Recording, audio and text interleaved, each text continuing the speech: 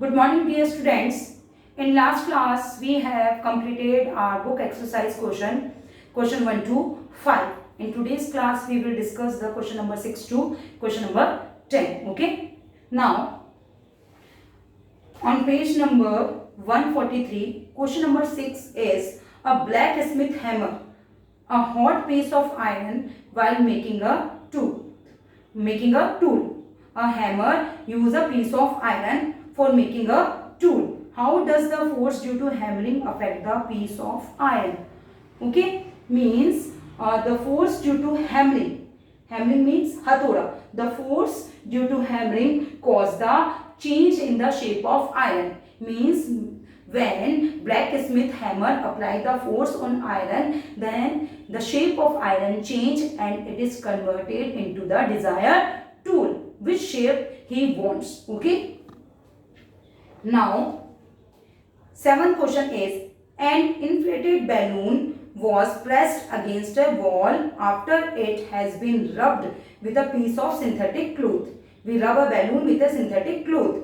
It was found that balloon stick to the wall. Means when we rub a balloon with a synthetic cloth and we put on the wall, then the balloon stick on the wall. Okay. It was found that balloon stick to the wall. What force might be responsible for the attraction between the balloon and wall? This is a electrostatic force, because when we rub the balloon by synthetic cloth, the charge will develop on the wall, on the balloon, and when balloon put on the wall, balloon stick on the wall. So that this force is electrostatic force. So the seventh answer is electrostatic force.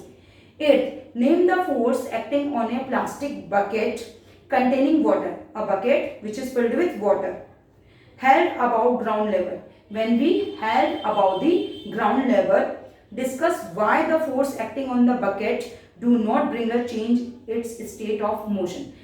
Because when we held the bucket from the ground, okay, now muscular force act upward direction, because our muscles do this work.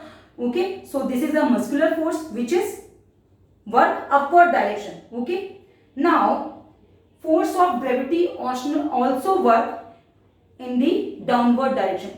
Two force are work there. One is muscular force by himself or herself, okay, and second one is gravitational force which is applied by the earth.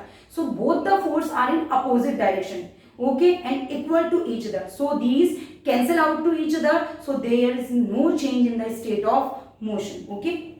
Now 9th is a rocket has been fired upward. A rocket has been fired upward to launch a satellite in its orbit. Name the two forces acting on the rocket immediately after leaving the launching pad. So two forces work. First is gravitational force of earth and second one is frictional force of air, because the rocket is launched from the earth. So the gravitational force work on the rocket. Now rocket move upward into the air, so the second force is frictional force which is done by the air. Okay, so the answer is gravitational force and frictional force. Now question number 10.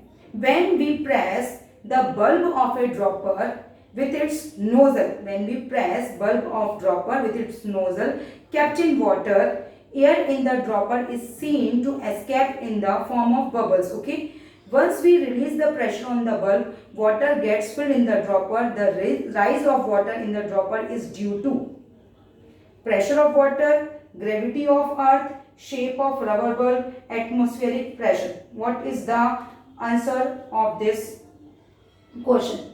What is the answer of this question? Option is when we press a bulb of a dropper with its nozzle kept in water, fill in the dropper. Air in the dropper is seen to escape in the bubble form. Once we release the pressure, when we release the pressure, water gets filled in the dropper. The rise of water in the dropper is due to pressure of water, gravity of earth, shape of rubber bulb, atmospheric pressure. This is atmospheric pressure. Okay, okay beta. Now these are the solutions of your book exercise. Thank you so much.